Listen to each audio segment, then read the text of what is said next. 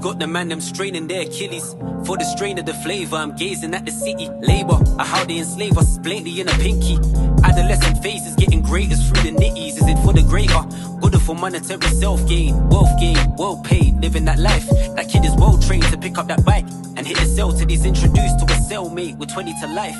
Commissary, nutrition ain't gonna clear up your mind when you got no petty. Wagwan people, it's your boy Trubbed, and right now you're locked in with a Wiretap. And on the line, I got a very special guest. He's a league owner, a vlogger. You know, he's been in the scene for quite some time. He's been running the league since 2013, which is quite a long time. We've seen a lot of leagues come and go in that period of time. But yeah, man, on the show, I've got ARP. What's good, my bro? Yeah.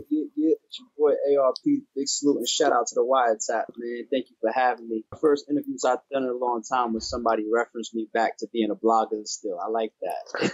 Yeah. Do you know what? I actually remember watching a vlog years ago from you where you was talking about, you just found out about a guy called Oops. And it's crazy that look where Oops is now. Like, he was just in the UK a couple of weeks ago.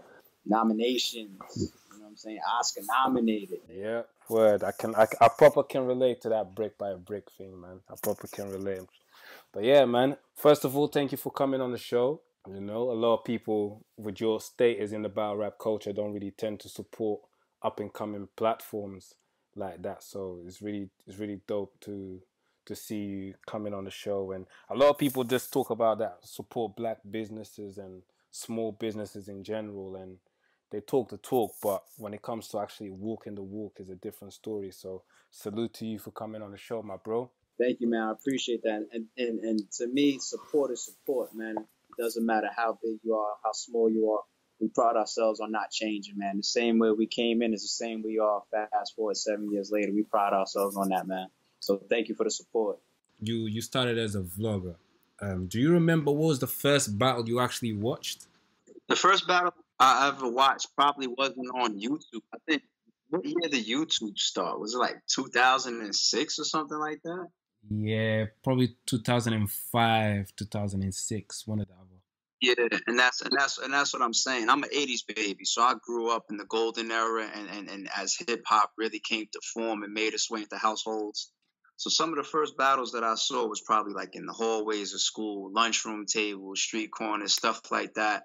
Right. You know, as YouTube started to pick up, fast forward all those years later, you know, I was very, very in tune with the New York scene. I was in tune with the DVD era when you had your Cocaine Cities, your Smack DVDs, your All Access, your Come Up DVDs. You know, there was always freestyles on there, and sometimes those freestyle battles weren't face to face. Like you would have one rapper, like even Cassidy. Cassidy might drop a freestyle. It was going at Murder Mook. They weren't face to face, but then some cameraman or some DVD would then go to Murder Mook where he's at and then record his response. Those was battles. You know what I'm saying? Also around that time, I was heavily involved in the well, when I say involved, meaning that I was paying attention to where and following it, the Philly scene. You know what I'm saying? Philly scene was really part of I feel like the early stages of battle rap. You know what I'm saying? Then you had your Grind Times. I was paying attention to that movement. These are now on camera battles that I was watching. Grind Time, when they was on World Star, some of those battles. Of course, your Lion's Den, and then fast forward your leagues, like King of the Dot and URL. So I go through the whole history of battle rap. It wasn't just like some modern era, you know, battle that I watched on YouTube for the first time. I came through the whole process. Man, that's really dope, man. That's really dope. And the feeling at the time was different because people actually had to wait for those responses. Like you said, like it was probably DVDs. So if DVD of Cassidy dropped going at Murder Mook, people actually had to wait for the Murder Mook response and the back and forth. And it wasn't as, now people consume things a lot faster, and so it was a lot different back then. Innit? How was the feeling then though? How was the feeling of actually being around that DVD era? compared It to was raw. now. It was raw. It was gritty, and you felt like there could be real problems. You know what I'm saying? Yeah. Like when we started seeing Murder Mook and Cassidy on camera together for the first time, it felt like a real beef was squashed. Yeah. You know what I'm saying? Like I remember even the back and forth between Money Ave, and if people hear Money Ave, they don't know what I'm talking about. That was that old school Rex group. You know, you had Rex, you had Nems, you had a bunch of those guys. They was going back and forth with people like French Montana. You know what I'm saying? Yeah. Fast forward, like you know, we still see these people in the public eye, like French, you know, billboards and albums and all that type of stuff. Yeah. So that era was raw. It felt like it could really, really go there. Now it's more of like, it's more entertainment. It's more put together behind the scenes for a show. We've monetized it. People back then weren't even getting paid. So we're creating an environment now that's a little bit more professional, and people are just earning a living, you know, and feeding their families from it. So it went from that type of gritty beef vibe to professional, which is a good thing. You know, everything should grow like that. Fast forward to 2013. What made you say, I'm going to start RBE? Like, I know you was heavily involved working with other leagues and things like that, but what made you say, okay, do you know what? I want to do my own thing? Because being the league owner is pretty stressful, man. Like, you got to deal with different egos, different personalities, and a lot of these battlers, correct me if I'm wrong, but I think some of them they come across as a bit of a weirdos to me. It must be really tiring, no? Like, very, very, very much so. And I mean, for me and my brother, which is the co-owner of Rare Breed Entertainment, Shata, we started out because basically I had a partnership with another company named, at the time, Battle Rap Media. And while working with that team, my brother and I got to a point where we said, you know what, we'd like to, you know, do our own thing. You know what I'm saying? Because at the end of the day, you know, if you have your own visions, your own ideas, your own events that you want to coordinate, your own matchups and things that you want to bring to the table, it's not easy to do if there's somebody that has decisions that, you know, can trump you or that are over you. And me and Shata, we just felt like we couldn't really do the things that we wanted to get done within battle rap if we didn't have our own movement. So that was the birth of Rare Breed Entertainment. And fast forward, like you said, like as we grew bigger and bigger over the years and our fan base has expanded around the world, it absolutely is a tough job. It's a very stressful job. You know, I say all the time, it's could be 3 months of work just so you can produce a 7 to 8 hour show. You know, fans and people, they really only see the end result, which is the show. But leading into that show behind the scenes, it's so much coordination, so much work dealing with people, problems, issues, business, all types of stuff, man. Like I feel like I've seen it all, you know, at this point across our 7 years of the company being here. But at the end of the day, you know, to create, maintain, and run a company that you built from the ground up, it's a beautiful thing. So we try to take the good with the bad. 100%. And one thing I actually really liked about RBE is you guys don't focus too much on tiers. And I think it's been this way since the beginning. A lot of leagues start this way, but then the tiers start coming into play.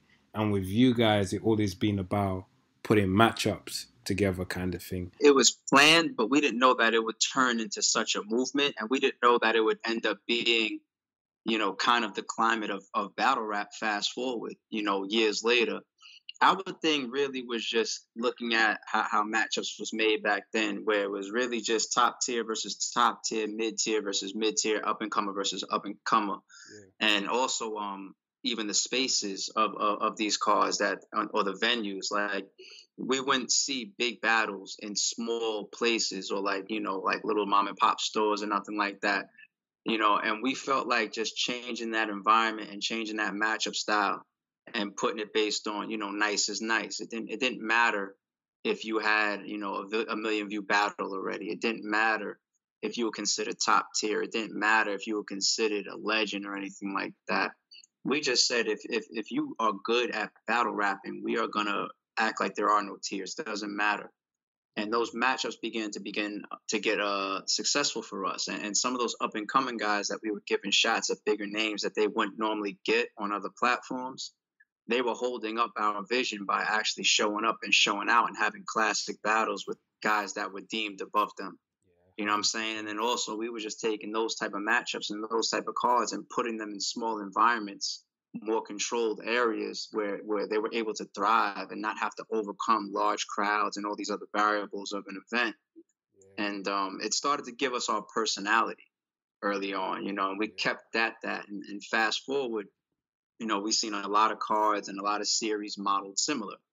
Where, you know, it's up-and-comers versus established guys or just random matchups like that.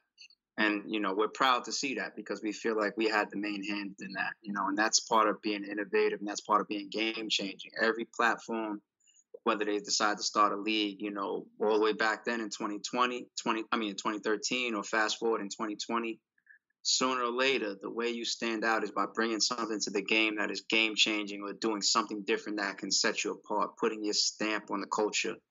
That's something that belongs to you, that the fans and the battlers can identify with. And that approach there was the first thing that set us apart and gave us a personality within RBE. Because I even see battlers taking certain battles that they probably wouldn't take anywhere else but in RBE. And the quote-unquote up-and-comer after that shot become like Goods versus Danger Zone, for example. I don't see Goods taking Danger Zone anywhere else but RBE.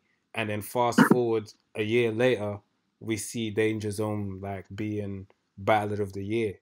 So no one actually saw that matchup, but what that matchup actually done was actually excel Danger Zone and show that Goods can actually still hang with the up-and-comer. And that's really dope, man. That's really dope. Those were actually one-rounders. I think a big impact of when we really were able to push that for the first time, it was a 3-round battle, and it was a classic, and that was with Old Red versus Oops. And just a quick history of that, we had Old Red versus Math booked on our second event, and Math Hoffa had the altercation with Disaster in California the week before our event. So then the Old Red and Math Hoffa battle was canceled. And then we basically had, you know, delayed business with Math Hoffa, where we was going to wait to work with him at another time. As far as Old Red, we carried his business right to the next card. And because he already had business locked in with Math and, you know, already deposits out and contracts and everything, we kind of nudged him and pushed him towards taking Oops. You know, if we didn't have that situation with him prior, I don't think that Old Red would have accepted Oops. But we got him to accept Oops under those terms of just carrying the business forward. And then it became a judge battle. And then they both showed up on the A game, and it just turned into a classic battle. And then, you know, we were able to show people that much more. You got this up-and-coming guy named Oops versus a legend named Old Red. And look what happens. Yeah, that's one of the most legendary battles in RBE, actually. Old Red versus Oops. Followed by, you know, Oops versus Daylight, of course. That battle probably got the most viral clips from the RBE channel. So you guys put on a lot of classics, man, a lot of classic. Do you feel like sometimes you don't get the credit you deserve for the matchups you put on? No, not really. I probably felt that way maybe 3 years ago or something like that. But at this point, you know, people just can't take away, you know, the effect that we've had on the culture. I've seen so much at this point. I've seen fans fly from Trinidad to New York to see some of our small room events just to get the RBE experience. Every event I meet new fans that they tell me face to face, man, this is the first battle rap event I've ever attended live, or I came all the way from cross country from California, or I came from here, or I drove all the way from there, you know. So I think that the impact of RBE is worldwide. You know, if I go on our YouTube channel, I see analytics of viewerships from literally around the world. You know, whether it's China or Russia or Africa. So, you know, we're definitely fully understanding of the impact that our platform has had over the years. So, I think that we're appreciated by our supporters strongly. Definitely, because I think you guys got like the core supporters, but then there's also a section of people that always doubting you guys, like but I don't understand why, because you constantly prove and show your consistency. Like, you guys managed to bring Murder Mook back into the ring, and a lot of people thought that's they peaking right there. That there's no way they can do more than this. And then you still manage to bring Jay Mills back. You get us to see King Los back in the ring, and now 40 Cal back in the ring. So I don't know for the doubters if they're still out there. I don't know if you still see them, but at this point, you guys are pretty much certified that you definitely are here for the long run. And not only that, is again, like you said, being innovative. So it's really dope to see, man. It's really dope to see. Are we gonna see 40 Cal back in the ring again? Definitely. Actually, I'm happy to see that 40 Cal is being talked about even after his battle. I'm seeing blogs that just dropped today of 40 Cal versus Calico. It looks like, from what I'm catching up on, 40 Cal and Calico just had some back and forth on Twitter where, there was some semi-disrespectful tweets and some back and forth. I think it just started over the name, Cal versus Cal. Right, but I think they started getting at each other a little bit. So I'm trying to catch up on that, be a little bit aware of what's going on, keep up with some of these blogs. And if that's something that the fans want to see for 40 Cal next, then RBE we may have some work to do with that. Yeah, 40, so, 40 but even if it's not that matchup, 40 Cal, I think, has showed the world, the battle rap culture, that he's in tune, he's aware, he knows what he's doing, and that he's very, very capable of giving us a great show, because he just battled one of the most dangerous battle rappers in the world in Ill Will, and he did a great job, regardless of who you got winning or losing that battle. So, yeah, you will see 40 Cal again ASAP. That's dope, man. That's dope. Because 40 surprised a lot of people. It surprised me. I thought Ill Will was gonna get him. Pretty clear. Personally, I still think Ill Will might have edged the battle, but 40 actually surprised a lot of people, man. A lot of people. Any plans of doing an event in London? Big shout out to all of our London supporters. I would love to come out to London. I think one of the issues that people foresee with booking an event in London, it's definitely a lot more coordination. There's a lot of artists that don't have passports. Yeah. That's number one. There's also a lot of artists that have travel restrictions. Yeah. Like for example, it's public knowledge. It's well known that Big K doesn't battle on King of the Dot when they're in Toronto. Yeah. Yeah. That's a restriction that he has. Then you have like a lot of battlers that they don't have a passport yet. So even coordinating that and making sure that we put that type of responsibility on the artists to get their passports and get that situated the right way, that's another level of undertaking that becomes risky once you start to put an event together. Yeah. So and it limits you, it limits you time wise, and it limits you artist wise. Yeah. But also I know that there's also a lot of artists in London that can make up an event. So I'd definitely be open to it. It just would involve a little bit more coordination. I would love for RBE to have somebody in London that wouldn't mind helping us in that process. Obviously, we don't have somebody out there coordinating to book a venue.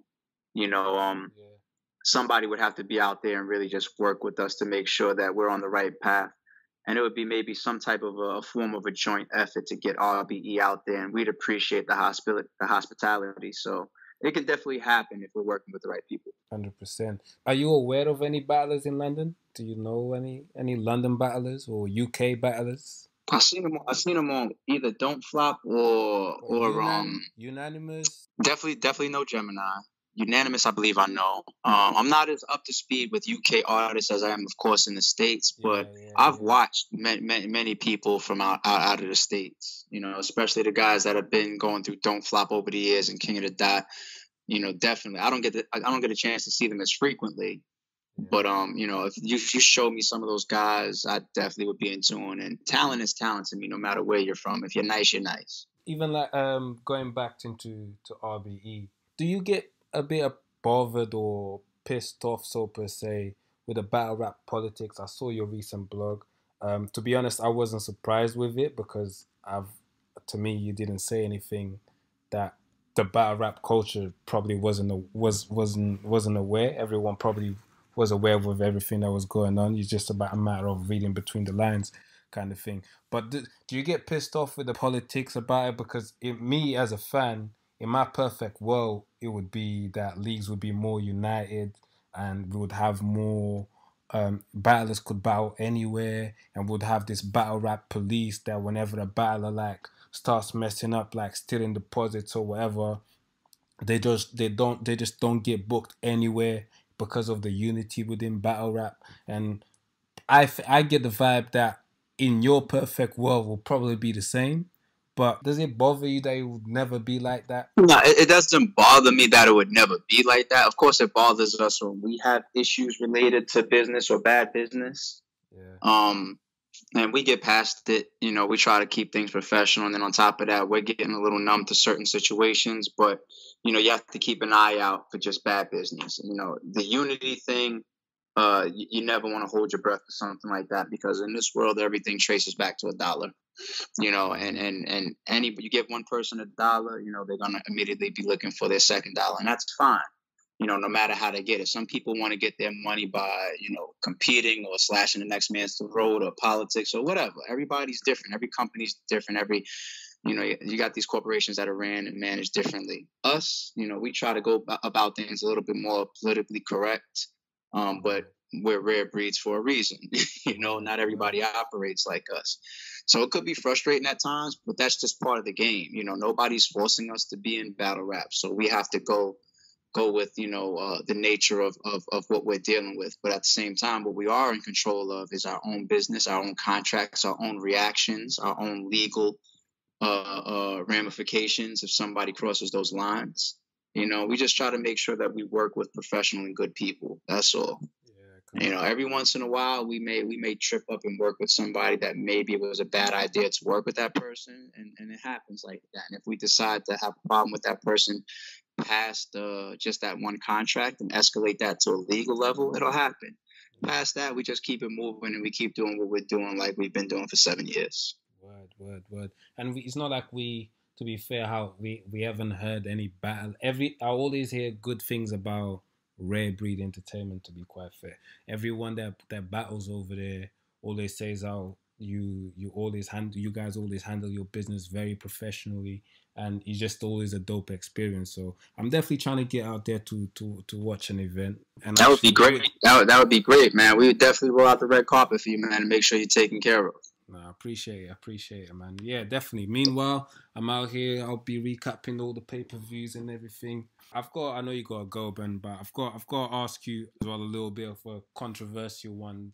One of the most talked about battles right now, BK and AH Di Boom.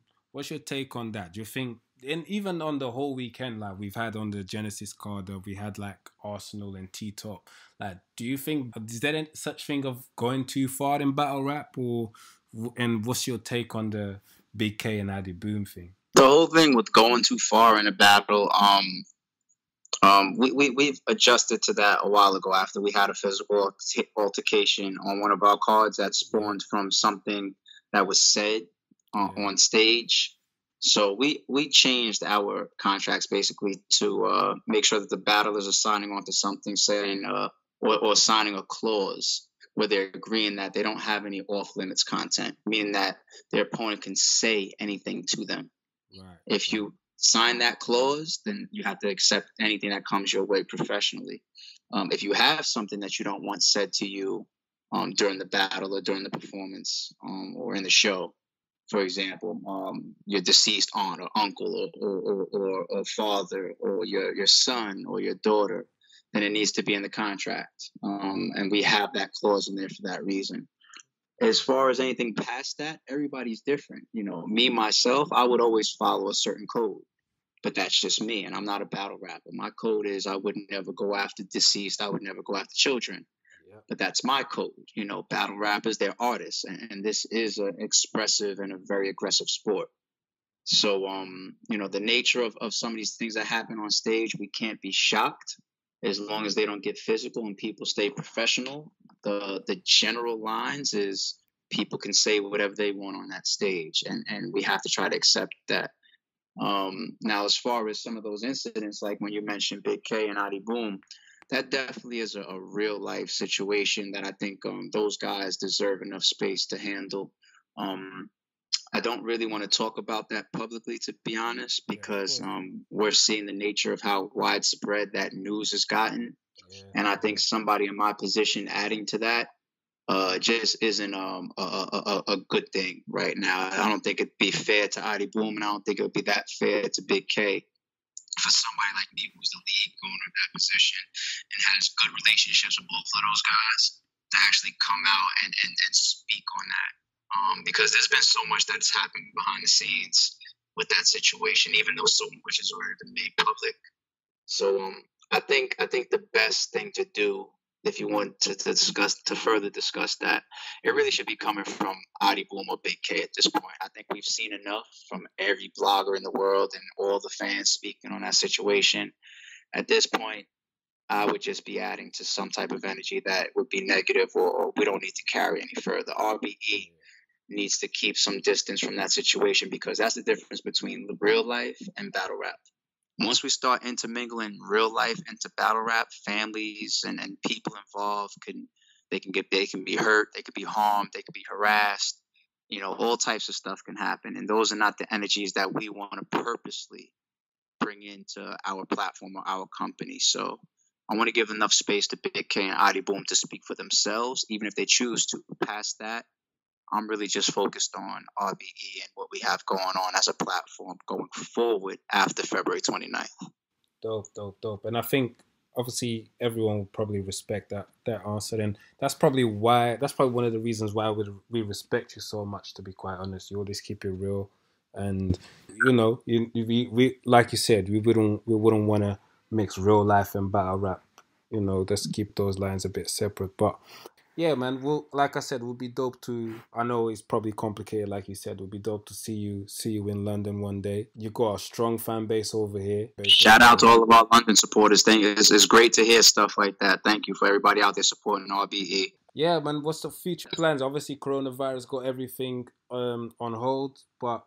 Is it big cards, small cards? we are working. I wanted us to try to take a little vacation after February 29th, because that was a lot of work leading in to make sure that we were successful on that day. We had a lot of factors going on.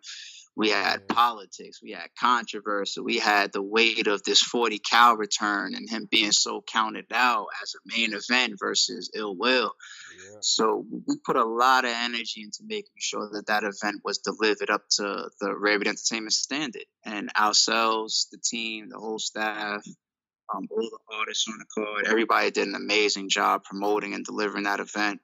It's a lot of work behind the scenes. So we wanted to take a little bit of a vacation, but, we're RBE, so things are coming across us at a rapid rate. People are always bringing matchups towards us, and we also internally have so many ideas. It's just hard for us as a company to sit down for too long. So like I said prior, we've already started our bookings for our next event. We have some surprises already locked in that's going to be on our next event that I think the fans are really going to enjoy. And, as soon as we start getting into a position where we can figure out a time range based on this coronavirus stuff, we'll get back to making announcements. But right now, we're just sitting comfortably and taking it easy and trying to be patient to make sure that we're making the best moves at the right times for everybody involved, the fans, the artists, and our staff based around this damn virus. And after that, we'll get right back to work. Dope, man. I just got one request, my bro. Let's keep booking Mac Maron, please. Yeah, shout out to Mac, man. Nah, we definitely will be bringing Mac back ASAP. He just came back for his second battle versus Show Off on the 29th. That battle is still available on VOD if anybody wants to see that and not have to wait for it to drop. Just head up to rarebreedent.com and you can see that, because that man had an amazing performance, and so did Show Off. That's a great battle 100%. That those two guys had. But yeah, we'll definitely be getting Mac Myron back ASAP. Shout out to Mac. All right, my bro. Just let the viewers know where they can find you. Yes, sir. Appreciate that. Yo, it's your boy ARP, man. And y'all make sure y'all follow me on Instagram and Twitter, both at ITSARP. Make sure y'all go to YouTube and type in Rare Breed Entertainment. Pull up our channel, subscribe, and cut your notifications on. We drop frequent content there. We still got videos and trailers and battles releasing as soon as possible there from the last event, the Get Back card, which is already being touted from fans as one of the best events that they've seen in a long time. 100%. So make sure y'all subscribe to the channel so y'all can keep up with our content that's going down right now. And for everything that's on sale, currently our VOD, if you don't want to wait for the YouTube releases, you want to watch the entire event, or our merchandise, our shirts, our sweatpants, up-to-date videos, you could always go to rarebreedent.com. Stay in tune with the movement, y'all. We here. We got a lot more on the way. We got y'all. Respect, my bro. All right, thank you for coming on the show, my bro. Appreciate you, man. My man, thank you for having me. Big salute once again, and shout out to all of our London supporters.